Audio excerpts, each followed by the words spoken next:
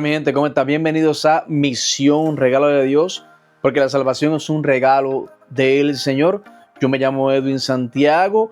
Vamos a continuar el día de hoy estudiando la epístola que es enviada por el apóstol Pablo a Timoteo. Hoy vamos a estar estudiando segunda de Timoteo, capítulo 2. Ya estudiamos el capítulo 1 de segunda de Timoteo. Tienes que unirte aquí para ver esa enseñanza y súper impresionado con lo que aprendimos en ese capítulo número 1 de segunda de Timoteo. Es un capítulo que te da esperanza, que te aconseja. Es un capítulo para todo aquel que se sienta sin fuerzas, sin ánimos, todo aquel que tenga el espíritu apagado. Ese capítulo número 1 es espectacular. Yo salí ministrado. ¿Por qué? Porque es que la palabra tiene poder y cuando tú la lees creyendo, se hace poder en tu vida. Así que sin más preámbulos, vamos a empezar a leer segunda de Timoteo desde el versículo 1 al versículo número 5. Y leemos: Tú pues, hijo mío, esfuérzate en la gracia que es en Cristo Jesús. Lo que has oído de mí ante muchos testigos, esto encarga a hombres fieles que sean idóneos para enseñar también a otros. Tú pues sufres penalidades como buen soldado de Jesucristo. Ninguno que milita se enreda en los negocios de la vida a fin de agradar a aquel que lo formó por soldado. También el que lucha como atleta no es coronado, sino lucha legítimamente. Bueno, comenzamos con el tema del capítulo, el siervo fiel de Cristo. Fortaleza, perseverancia y fidelidad a la verdad. Vamos a ver qué consejos aquí el apóstol Pablo le da a Timoteo, porque este capítulo va a presentar a Pablo animando a Timoteo a mantenerse fuerte, a enseñar a otros, a soportar dificultades y a vivir como un obrero aprobado por Dios. Así que saca tu bolígrafo y anota, o saca tu tablet y anota y graba esto, porque esto se va a poner bueno. Y comienza Pablo diciéndole aquí a Timoteo: esfuérzate en la gracia que es en Cristo Jesús.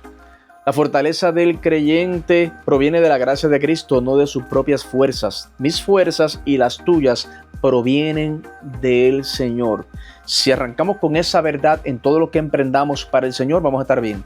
Pero cuando vengan momentos difíciles, momentos que se nos vayan las fuerzas, momentos que nos vamos a desesperar, y es normal que pase por el mundo que vivimos y los tiempos que estamos viviendo, pero como sabemos que no es con mis fuerzas, no es con lo que Edwin Santiago pueda hacer, sino es con lo que Dios pueda hacer a través de Edwin Santiago, entonces voy a depender de él y tú vas a depender de él también. Pablo llama a Timoteo hijo mío, mostrando una relación espiritual cercana. Pablo amaba a Timoteo, era su discípulo, así que él lo cuidaba y lo trataba como un hijo prácticamente. En el versículo 2, Timoteo debía enseñar a hombres fieles. Estos a su vez enseñarían a otros. O sea, Timoteo enseñaba para que esos a los que él enseñaba enseñaran a otros. Porque él sembraba la palabra del Señor como le fue sembrada a él a través del apóstol Pablo. Esto es como una cadena. Tú sabes, Dios me llama al ministerio, yo lo acepto o no lo acepto, acepto el llamado o no lo acepto, no es obligado. Y yo entonces esparzo la palabra del Señor, la enseño para que aquellos que me escuchen hagan la misma labor. Por eso es tan importante de escuchar la palabra del Señor, compartirla, para que esta nueva generación que sube predique el Evangelio de Jesucristo. Vemos aquí el principio, es el discipulado de multiplicarse de generación en generación. Multiplicarse para que se siga esparciendo la palabra, porque si no moriría con Edwin Santiago. Por darte un ejemplo, si yo fuera la única persona que conozco la Biblia, que conozco el Evangelio de Cristo y no lo esparzo, muere conmigo. Así que hay que esparcirlo para que continúe la predicación del Evangelio de Cristo. En el 3, este es fuerte: el creyente debe soportar las dificultades como buen soldado de Jesucristo. Y yo sé que este es fuerte porque a quién le gusta pasar dificultades, y mucho menos soportarlas, porque es fácil soportarlas cuando uno se defiende, cuando uno dice no, me hiciste esto, yo te voy a hacer aquello. Pero cuando dice soportar es aguanta y ora al Señor y deja que Dios pelee tu batalla. Ahí está la parte difícil y esa parte se logra así. ¿Cómo, Edwin? Con lectura de la palabra, mucha rodilla, mucha oración, y entregando el ego, entregando el yo, entregando la forma de yo hacer las cosas y dejando que el dueño sea el que tome el control. En el 4, mira lo que dice aquí: un soldado evita distraerse con asuntos civiles para agradar a su superior. El cristiano debe mantener prioridades espirituales. ¿Y a qué se refiere esto? Que el cristiano debe mantener prioridades espirituales. ¿Qué es algo espiritual que uno hace cuando uno quiere buscar a Dios?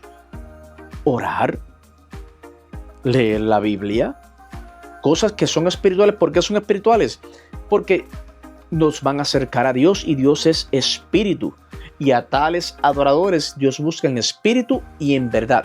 ¿Cómo va a ser en verdad? Cuando yo hago la acción de ir a orar, cuando hago la acción movido por el Espíritu Santo de ir a leer la Biblia, de ir a enseñarla, de buscar presencia, porque la fe viene por el oír la palabra del Señor. Así que de eso se trata este versículo número 4 y el 5. El atleta solo recibe la corona si compite de forma y conforme a las reglas. ¿Cuál es la aplicación de esto? Dios recompensa la obediencia y la integridad. Hay que ser obedientes al libro. Sí, el libro hay que aplicárselo. La palabra hay que aplicárnosla, hay que masticarla y decirle: Espíritu Santo, estoy leyendo, quiero aprender, renuévame. ¿Explico? Ayúdame a entender este libro, ayúdame a aplicármelo, ayúdame a ser ese hombre, esa mujer, ese joven que tú quieres que yo sea en tu nombre, Dios mío. Y ese corazón humilde, Dios lo va a usar. Así que continúes leyendo desde el versículo 6 al versículo número 10. Dice el 6: el labrador, para participar de los frutos, debe trabajar primero. Considera lo que digo, y el Señor te dé entendimiento en todo. El 8. Acuérdate de Jesucristo, del linaje de David, resucitado de los muertos conforme a mi evangelio, en el cual sufro penalidades, hasta prisiones y modo de malhechor. Mas la palabra de Dios no está presa. Por tanto, todo lo soporto por amor de los escogidos, para que ellos también obtengan la salvación que es en Cristo Jesús con gloria eterna. Entonces mira lo que dice el número 6 aquí, el agricultor. Mira lo que dice el número 6 aquí: el agricultor trabaja primero antes de disfrutar del fruto. El servicio requiere paciencia y esfuerzo. Paciencia y esfuerzo. Anota esas dos cosas. Hay que tener paciencia en este caminar. ¿Y cómo tenemos paciencia? Dice la Biblia: pasando a través de tribulaciones, a veces pruebas, momentos difíciles. Nuestra paciencia es exprimida, es trabajada de una forma espectacular. Y esfuerzo, hay que esforzarse. ¿Qué es esforzarse en el evangelio? Dar tu mejor esfuerzo, exactamente lo que dice la palabra del Señor. Dar lo mejor de ti para el Señor día a día, tu mejor actitud, tu mejor sonrisa, tu mejor tiempo, espacio, todo. En el 7, Pablo invita a Timoteo a reflexionar. Dios le daría entendimiento. Hay que pedir entendimiento al Señor. Aquí Pablo le decía: reflexiona en esto que te estoy hablando, o sea, estúdialo, escudriña. Y Dios nos dice a nosotros: escudriña lo que estás escuchando ahora. Lee esta palabra para que tú veas que te va a hacer efecto y te va a hacer bien en estos tiempos. La comprensión espiritual viene del Señor. Hay que pedirle esa comprensión al Espíritu Santo del Señor, porque es sobrenatural, porque es algo diferente en nuestras vidas. En el 8, Pablo recuerda que Jesucristo resucitó de los muertos. ¿Cuántos dicen amén? Cristo es el centro del evangelio. Y Pablo tenía eso bien claro. Y eso nosotros lo tenemos que tener bien claro. Cristo resucitó de los muertos. Punto. Él no está muerto, Él está vivo. Y su sangre tiene poder para limpiar pecados. Y es el centro del evangelio que predicamos. Hoy no hay más nada que hablar. En el 9, Pablo estaba preso, pero la palabra de Dios no estaba presa. Acuérdate que Pablo, escribiendo esta carta a Timoteo, él estaba en la cárcel. O sea, Pablo parece que está en un resort con un jacuzzi, comiendo uvas en una silla, dándole el sol y agarrando un viento recio, bien rico. No, no, no, Pablo estaba preso y le estaba dando ánimo a su pupilo, estaba dándole esperanza, estaba enseñando a Timoteo desde la cárcel. Pero tú escuchas esta carta y es como si estuviera todo bien. Ninguna circunstancia puede detener el evangelio. Este evangelio en estos tiempos hay que predicarlo en tiempo y fuera de tiempo, porque Cristo viene y viene ya.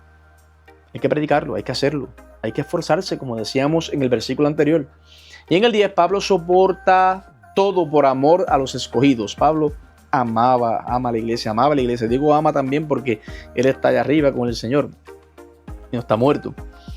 Pero Pablo, cuando estaba aquí en la tierra, amaba a la iglesia, amaba lo que hacía, se daba por completo. El amor por las almas produce perseverancia y esto hay que ser apasionado, ¿sí?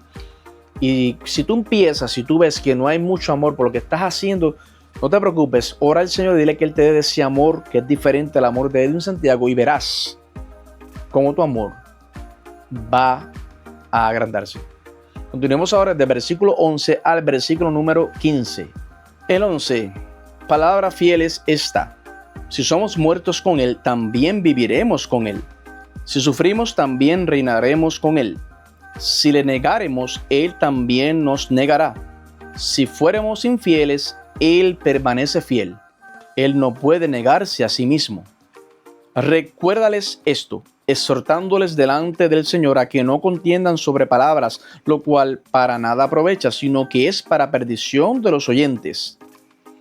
Procura con diligencia presentarte a Dios aprobado como obrero que no tiene de qué avergonzarse, que usa bien la palabra de verdad. Y aquí, como yo siempre digo, aquí Pablo se pone súper intenso, súper dramático. A mí me encanta como Pablo escribió estas cartas. Pablo era un hombre de conocimiento, un hombre de letra, y tú lo puedes ver y lo puedes palpar cuando lees estas epístolas. En el 11, Pablo dice: si morimos con Él, también viviremos con Él. La unión con Cristo trae vida eterna. O sea, Pablo creía a todas, hasta las últimas consecuencias. Y es que tenemos que entregarnos hacia el Señor hasta las últimas consecuencias, completos, todo o nada. Esto es todo o nada. A Dios no le gusta las medias verdades o las medias relaciones. Con Dios es todo o nada. En el 12, si perseveramos, reinaremos con Él. La promesa tremenda. Si lo negamos, Él también nos negará. La fidelidad tiene recompensa. Y es bien importante aquí porque dice aquí: si perseveramos, reinaremos con Él. Pero si tú lo niegas, Él también te va a negar. Mira qué cosa. Mira qué cambio de velocidad hay ahí, ¿sabes? Si tú le crees al Señor y lo aceptas como tu único y exclusivo Salvador, Él te acepta, Él te ama, Él te salva y vas a reinar con Él. Pero si tú lo niegas, aquí el momento es ahora. En ese gran día, Él te va a decir: yo no sé quién tú eres, y también te va a negar. Claramente está aquí en la palabra del Señor. No se predica ni se habla mucho de esto, ¿sabe? Pero lo dice la Biblia. Seguimos en el 13 aquí. Aunque seamos infieles, Dios permanece fiel porque no puede negarse a sí mismo. La fidelidad de Dios permanece fiel. Dios es fiel. Él va a permanecer fiel hasta el final. Edwin, pero no dijiste en el versículo anterior de que si yo no niego, Él me negará. Sí, una cosa no se mezcla con la otra. Sí, si tú lo niegas, Él va a decirte: no, yo no te conozco. ¿Pero por qué? Porque si tú eres fiel, Él no se niega a sí mismo. Él siempre va a ser fiel hasta lo último. Tú tienes una vida entera para decidir si lo niegas o no. Y tienes una vida entera para que Él sea fiel contigo. Y Él siempre va a ser fiel. Él siempre va a estar ahí en las buenas, en las bajas, en los momentos altos, en los bajos. Él va a ser fiel. Te pregunto yo ahora: ¿vas a ser fiel con el Señor?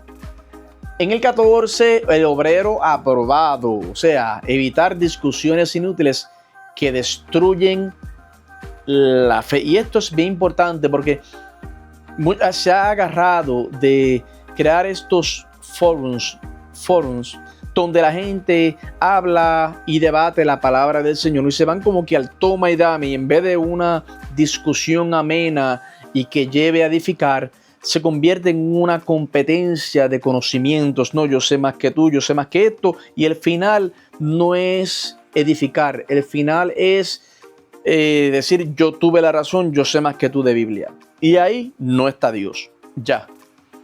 Y en el 15, presentarse aprobado ante Dios. ¿Qué significa eso? Manejar correctamente la palabra de verdad. No quitarle ni una tilde. Predicar exactamente como está el libro ahí y pedirle al Señor que nos dé discernimiento para que su poder se mueva a través de su palabra. Tremendo, ¿ah? Continuemos ahora leyendo del versículo 16 al versículo 20. Dice el 16: Mas evita prófanas y vanas palabrerías, porque conducirán más y más a la impiedad, y su palabra carcomerá como gangrena, de los cuales son Himeneo y Fileto, que se desviaron de la verdad diciendo que la resurrección ya se efectuó y trastornarán la fe de algunos. Pero el fundamento de Dios está firme, teniendo este sello: conoce el Señor a los que son suyos, y apártese de iniquidad todo aquel que invoca el nombre de Cristo. Pero en una casa grande no solamente hay utensilios de oro y de plata, sino también de madera y de barro, y unos son para usos honrosos y otros para usos viles. Mira, aquí en el versículo 16 prácticamente lo que dice es evitar conversaciones profanas, conversaciones que conducen a más impiedad, conversaciones que no edifican en nada. No te pongas a discutir la Biblia de una forma competitiva a ver quién sabe más de palabra, porque eso ahí se va a meter la carne, el ego se va a meter y ahí no va a edificar. Ya no está Dios, ya lo que hay una competencia entre hermanos. ¿Y qué va a decir aquel que no conoce a Cristo cuando ve ese ejemplo? En el 17, las falsas enseñanzas se propagan como gangrena. Oh sí, lo malo se hace rápido, lo malo es fácil de agarrar. Pablo menciona a Himeneo y Fileto como ejemplos. En ese tiempo habían personas que estaban diciendo cosas que no eran bíblicas, mentiras, parecido a lo que vivimos en estos tiempos, que hay personas que predican cosas que no son bíblicas, cosas que en vez de edificar, lo que hace es que dañan al pueblo de Dios. En el 18, ellos enseñaban falsamente que la resurrección ya había ocurrido. Imagínate tú. Enseñaban que ya Cristo había venido y que ya los muertos en Cristo habían resucitado. Imagínate tú lo que se enseñaba en ese tiempo. Este Fileto y este Himeneo transformaban la fe de algunos. O sea, los hermanitos que estaban empezando los embarataban y se iban de la iglesia porque decían, diache, en serio, ya Cristo vino y me quedé. Imagínate tú. Por eso hay que estar bien pendiente que escuchamos, qué iglesia estamos yendo. Cuidado, cuidado, mucho cuidado. En el 19, Dios conoce a los que le pertenecen. Dios sabe quién es de él y quién no es de él. El creyente debe apartarse de la maldad. Dios sabe, a Dios no puede ser engañado. Ese es el dueño, él sabe quién es quién. Si él nos creó, imagínate. En el 20, cuando dice que en una casa hay vasos de honra y de deshonra, esto es bien controversial y quiero explicarlo con mucho cuidado. No todos responden igual al llamado de Dios. Exacto, no todos responden igual al llamado de Dios. Hay personas que no se van a salvar, punto. Hay personas, no porque Dios sea malo, simplemente porque no van a atender al llamado de Dios en sus vidas. Dios los va a llamar y los va a llamar y los va a llamar y los va a llamar. Y ellos van a vivir una vida entera terrenal aquí, negando a Dios y no van a querer aceptarlo. Esos son los vasos de deshonra. ¿Y cuáles son los vasos de honra? No es que seamos mejores que nadie, no es que seamos especiales. Es simplemente que dijimos, está bien, Señor, te voy a seguir, soy débil, no puedo, pero tú me has dicho que en ti yo puedo y que con tus fuerzas lo puedo hacer. Así que aquí voy en tu nombre. Esa es la gran diferencia, así de sencillo. Continuemos ahora leyendo del versículo 21 hasta el 26. Es el 21, así que si alguno se limpia de estas cosas, será instrumento para honra, santificado, útil al Señor y dispuesto para toda buena obra. Huye también de las pasiones juveniles y sigue la justicia, la fe, el amor y la paz, con las que de corazón limpio invocan al Señor. Pero desecha las cuestiones necias e insensatas, sabiendo que engendran contiendas, porque el siervo del Señor no debe ser contencioso, sino amable para con todos, apto para enseñar, sufrido, que con mansedumbre corrija a los que se oponen, por si quizá Dios les conceda que se arrepientan para conocer la verdad y escapen del lazo del diablo, que están cautivos a voluntad. Aquí comenzamos en el 21. Mira cómo dice: quien se limpia del pecado será un vaso útil para Dios, santificado y preparado para toda buena obra. Quien se limpia del pecado será un vaso útil para Dios. ¿Y qué significa eso? Ser perfecto. Ok, Señor, ahora estoy bien, ahora úsame. No. Eso significa decirle: Señor, aquí estoy. Tengo 20,000 defectos, pero tengo virtudes también. Pero me presento delante de tu presencia para que, si a ti te place, Dios mío, me uses. Eso es todo lo que Dios busca. De lo otro se encarga Él.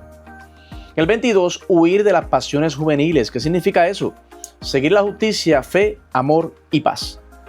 Si tú sigues estas 4 cosas, la justicia, ¿qué justicia? La justicia de Dios. La fe, ¿qué fe? La fe en Cristo Jesús, que murió y resucitó y es tu Salvador si lo aceptas hoy, en el día de hoy. El amor, Dios es amor, es la esencia de Dios, es amor, no se puede negar Él mismo. Y la paz, ¿qué paz? La paz que sobrepasa todo entendimiento, el saber que tenemos un Dios que nos ama y que cuando terminemos nuestro tiempo en esta tierra, si aceptamos a Cristo el día de hoy, Él nos recogerá en sus brazos. Esas 4 cosas nos desvían de las pasiones juveniles. La santidad requiere alejarse del pecado y buscar las virtudes cristianas. Alejarse del pecado y buscar lo de Dios. Sencillo. El 23 es fácil. Evitar las discusiones necias. O sea, no te pongas a discutir, no pongas a competir con la palabra, como decía anteriormente. ¿Quién sabe más? ¿Quién sabe menos? Esas son conversaciones necias. A mí no me importa dónde lo estés haciendo, si lo estás haciendo en la iglesia, en el altar, en el grupo de alabanza, en el grupo de las damas, de los caballeros, no me importa dónde sea. Si tú te pones a discutir la palabra del Señor en una forma que lo que estás buscando es ganar el argumento y no edificar, es una conversación necia.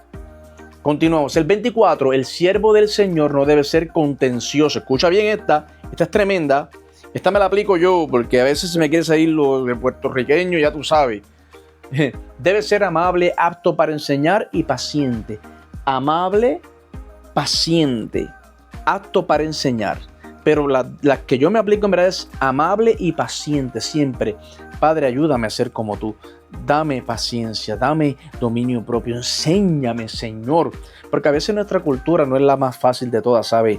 Yo soy boricua, de la sangre caliente, y tengo que entregarle mi carácter todos los días al Señor para poder continuar. Porque como al principio aprendimos en este mismo capítulo, es con sus fuerzas y no con las mías.